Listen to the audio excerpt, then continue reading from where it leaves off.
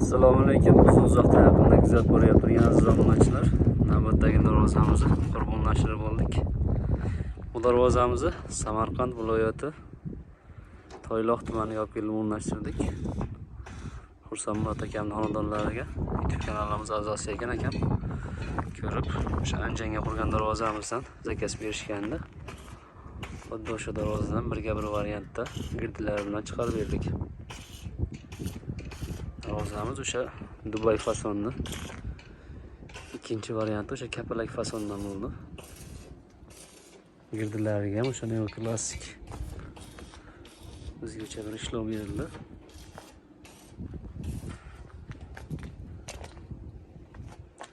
Darvozamizning materiallari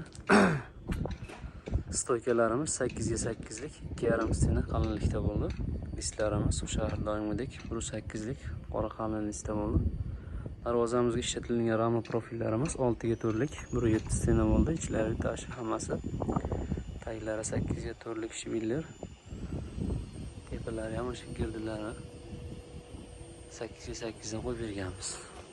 Orqa holatini ko'rsatib o'tamiz.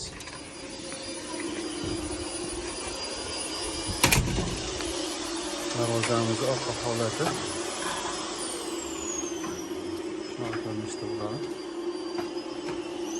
Mana buni kraska surtiladigan joylari qolmas, yutib qo'yamiz oldinga.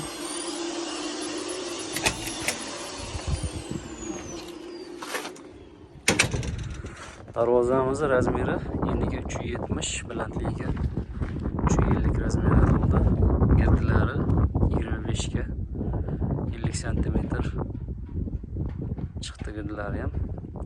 Darvozamiz 1 kvadratni 1.400.000 so'mdan tayyorlab berdik.